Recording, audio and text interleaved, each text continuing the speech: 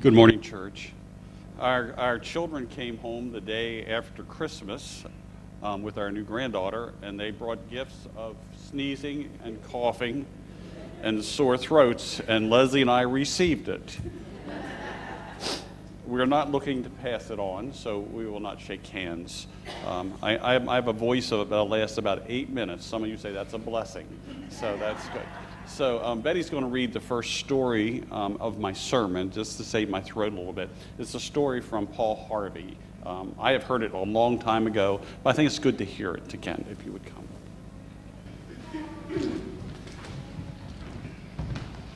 This is called The Man and the Birds. The man to whom I'm going to introduce you was not a Scrooge. He was a kind, decent, mostly good man, generous to his family, upright in his dealings with other men, but he just didn't believe all that incarnation stuff which the churches proclaimed at Christmas time. It just didn't make sense, and he was too honest to pretend otherwise. He just couldn't swallow the Jesus story about God coming to earth as a man. "I'm truly sorry to distress you," he told his wife, "but I'm not going with you to church this Christmas Eve." He said he'd feel like a hypocrite, that he'd much rather just stay at home, but that he would wait up for them. And so he stayed, and they went to the midnight service. Shortly after the family drove away in the car, snow began to fall. He went to the window to watch the flurries getting heavier and heavier, and then went back to his fireside chair and began to read his newspaper. Minutes later, he was startled by a thudding sound, then another, and then another, sort of a thump or a thud. At first he thought someone must be throwing snowballs against his living room window. But when he went to the front door to investigate, he found a flock of birds huddled miserably in the snow. They'd been caught in the storm, and in a desperate search for shelter had tried to fly through his large landscape window. When he couldn't let the poor creatures lie there and freeze, so he remembered the barn where his children stabled their pony. That would provide a warm shelter if he could direct the birds to it. Quickly he put on a coat, galoshes, tramped through the deepening snow to the barn.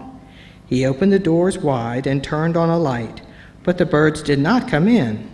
He figured food would entice them in. So he hurried back to the house, fetched breadcrumbs, sprinkled them on the snow, making a trail to the yellow-lighted, wide-open doorway of the stable. But to his dismay, the birds ignored the breadcrumbs and continued to flap around helplessly in the snow. He tried catching them. He tried shooing them into the barn by walking around them, waving his arms. Instead, they scattered in every direction, except into the warm, lighted barn. And then he realized that they were afraid of him. To them, he reasoned, I am a strange and terrifying creature. If only I could think of some way to let them know that they can trust me, that I am not trying to hurt them, but to help them. But how? Because any move he made tended to frighten them, confuse them. They just would not follow. They would not be led or shooed because they feared him. If only I could be a bird, he thought to himself, and mingle with them and speak their language. Then I could tell them not to be afraid. Then I could show them the way to the safe, warm barn. But I would have to be one of them so they could see and hear and understand. At that moment, the church bells began to ring. The sound reached his ears above the sounds of the wind, and he stood there listening to the bells, pealing the glad tidings of Christmas. And he sank to his knees in the snow.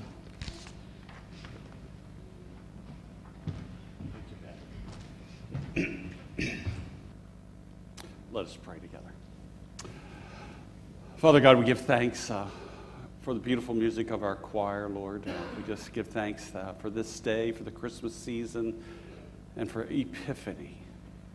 Lord, we ask today that as we struggle with the weaknesses of life, that you will be strong in our life.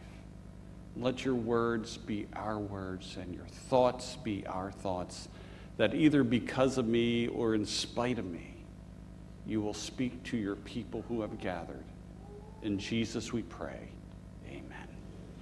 If you will open your Bibles to the gospel lesson today of Matthew 2, and then in the Old Testament, put your finger in Psalms 72. And that might seem strange as we talk about Christmas and Epiphany, but you'll see that here in a couple moments. So Matthew 2, and then Psalms 72, just find that scripture.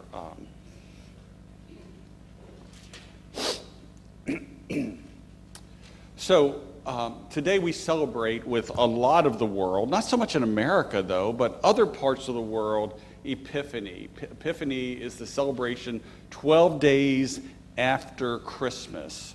We call it Three Kings Sunday.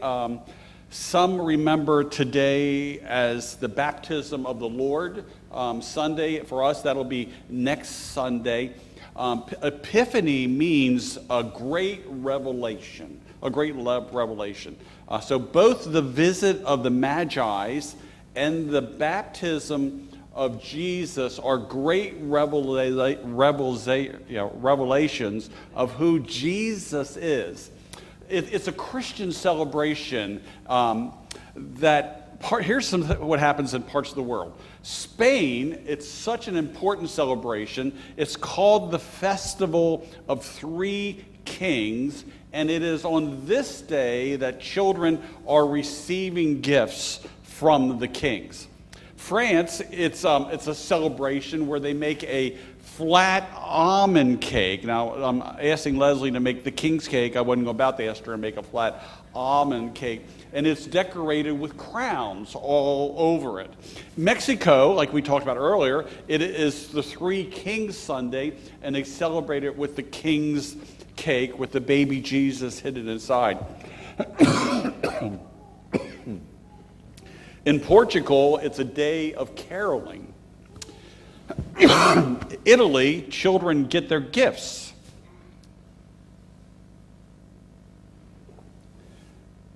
In older times, in Austria and other places near there, they would write signs in chalk and place them over their doors, welcoming the kings coming, reminding everyone that it was three kings who came to visit Christ. In Belgium, kids dress up and go door to door. They dress up as the three kings, and it's kind of like our Halloween. They knock on your door and they receive gifts and treats and so forth. Now, excuse me. Jen and I have been writing our sermons together, so this one she really liked. In parts of Ireland, it's just called Women's Sunday, Women's Christmas. And today, Epiphany Sunday, in Ireland, for those who celebrate Women's Christmas, the men do all the work, and the women have the day off. I knew you all would like that. So there's many wonderful things about Epiphany. The call of the Gentiles to Christ is number one. Their responses is number two. The significance of a great star is number three. The gifts they bring, and the response of Herod the king. So this morning, if I'm able to, I'd like for us to follow the Magi's a little bit. So if in your Bibles, if you've turned to the gospel, let me just start proceeding through this just a little bit. After Jesus was born in Bethlehem in Judea during the time of King Herod, Magi's from the east came to Jerusalem and asked, "Where is the one who has been born King of the Jews?" It's interesting, at least it was for me, that we really don't know what Magi's are.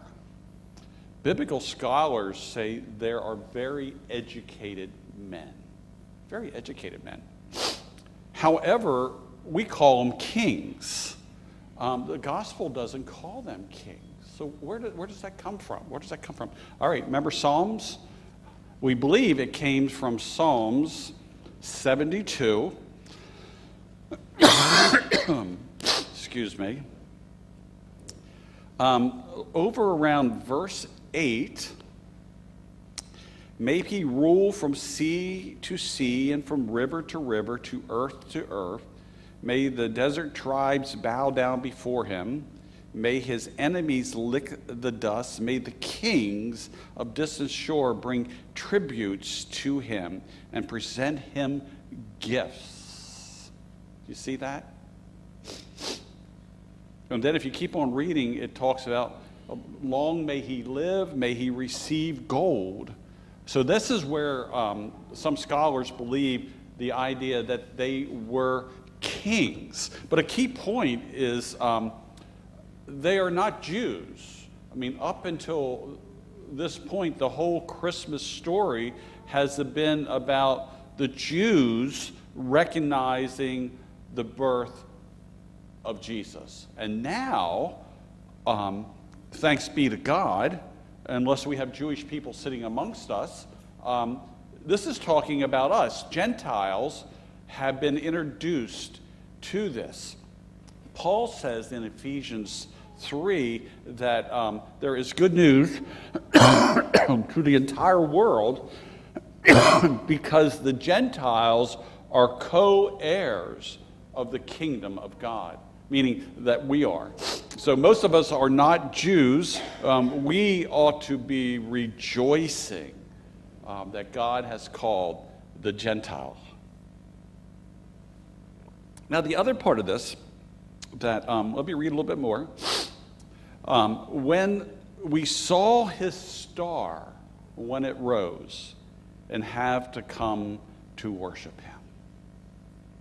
Many years ago, we sang an anthem in a church called The Star, and it was a big deal, you know, a star shining in the night and all that. A star. God used an object of creation to call them. And we have to wonder, what is the star that God is using to call you? What is the star? It may not be a big planet or a big sun in the sky. It could be the scriptures of today. It could be someone. For me, it was my pastor. It could be a parent. It could be a friend. It could be a song. Who are the stars in your life that has called you in your relationship with Jesus Christ? We heard 3 people today say, when I say wise men, I mean men and women, that I too come seeking the Lord. Well, what caused you to come seeking the Lord? Maybe it was a painting. Maybe it was your church. Maybe it was the anthem by the choir. So you see, God calls each of us, and maybe he has called you to be a star to someone else and to bring them to the Lord. Now let's go back to the scriptures here of Matthew. What is really fascinating in verse 3, let me just read this. And when Herod heard this, he was disturbed, and all of Jerusalem with him. You hear what that says? The whole town was in uproar. The whole town was all disturbed. What is this? These strangers come. We don't know. I doubt they were kings, just because based on Herod's response. When he had called together all the people's chief priests and teachers of the law. You see, he didn't know. He didn't know. This has taken him by surprise. It's like someone pulled in the driveway and said, "Do you know where George Washington is buried?" I don't know, right? I have no idea. I will call the church historians. Are we somewhere in your graveyard? I don't know if he is or not. You know, so he didn't know. He didn't. He calls the chief priests and the teachers, and he asked them, where is the Messiah to be born? He doesn't know. Now, okay, here are magi, very learned people, 3 men who have traveled great distance, we understand. They come to the king of the area, really close to Bethlehem. They ask the question, where is the Messiah to be born? He goes, I don't know. Just think about what their response must be. There must be confusion for them. How could you not know? How could you not know? But yet they didn't give up. They didn't give up. Thanks be to God, they didn't give up. They persevered. We have seen the stars. We have gone through daunting obstacles. We have followed. Even today, people have done the same thing. Great obstacles to follow the star. With so little information, they followed. And now the king of the area goes, I don't know. Let me ask and see. So Herod called the Magi secretly and found out from them the exact time of the star had appeared. And he sent them to Bethlehem and said, go and search for the child. And as soon as you find, you come back and tell me. They had to be scratching their heads like, okay, what is this guy all about? And if they had heard the king, I'm on verse 9, they went on their way, and the star that they had seen went, and it went ahead of them until it stopped over the place where the child was.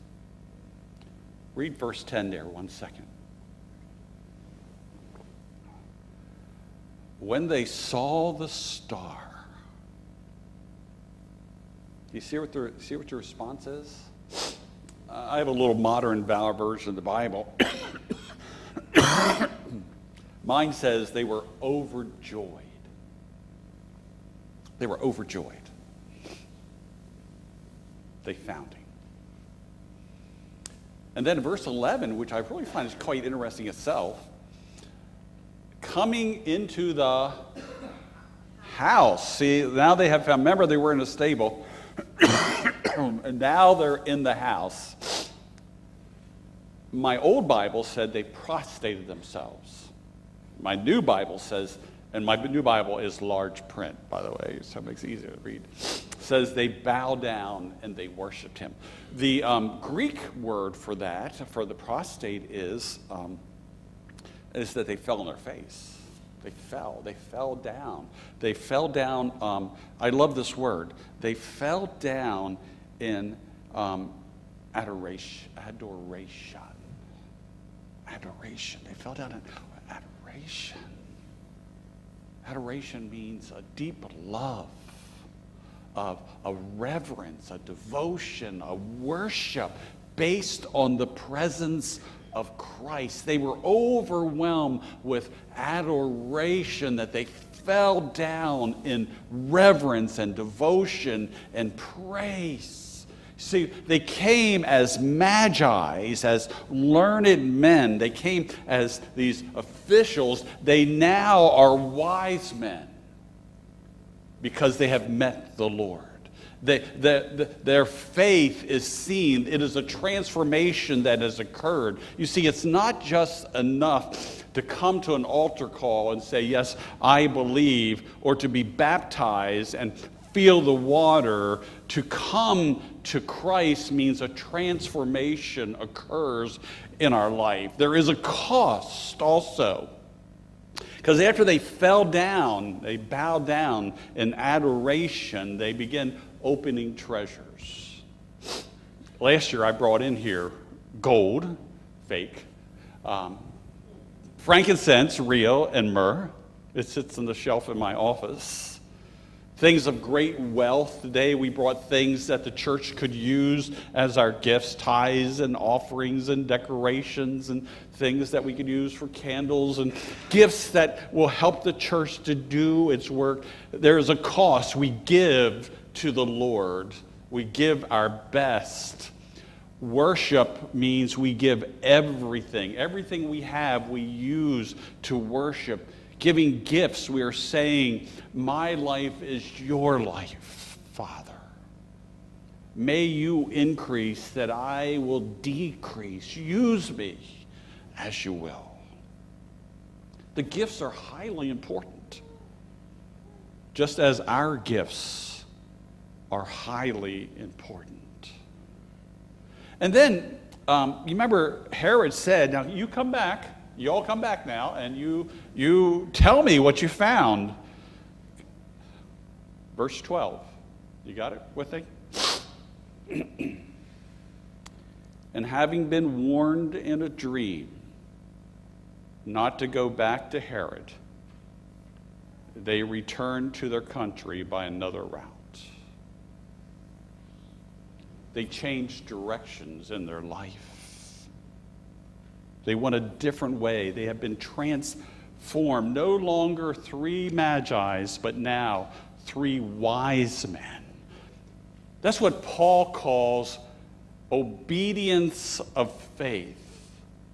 That's what we call saving faith. They are doing what God has called them to do. Through careful steps, God has invited Gentiles to join with the Jews in a conversion process that everyone in the entire world can receive Jesus Christ as their Lord and Savior. The question for us is, have we? Have we walked in the ways of the Magi's? Have we seen the star? Is it possible that we can be the star so that someone else will see him? And wise men still seek him. Jeremiah 29:13 says, "You will seek me and find me when you seek me with all your heart." Even wiser men listen to him and obey him. Did you notice the Christmas song we sang in the very beginning? "O come, all ye faithful, joyful and triumphant." And then the refrain goes, "O come, let us" what? Adore him. "O come, let us adore him." "O come, let us adore him." Christ the Lord. Do you adore him with reverence and awe and worship? Amen. I'm going to ask Marilyn to assist me, because I'm not going to touch the elements this morning for Holy Communion. If she will uncover those. I remind you, this is the Lord's table. It is neither United Methodist nor any other denomination. This is God's gift to you to remember what he has done for you in saving you from your sins. It's an open table. It is neither United Methodist nor any others. If you wish a relationship with Jesus Christ, would you come? On the night in which he took the bread, Jesus broke it and gave it to his disciples and said, "Take and eat, for this is my body broken for you."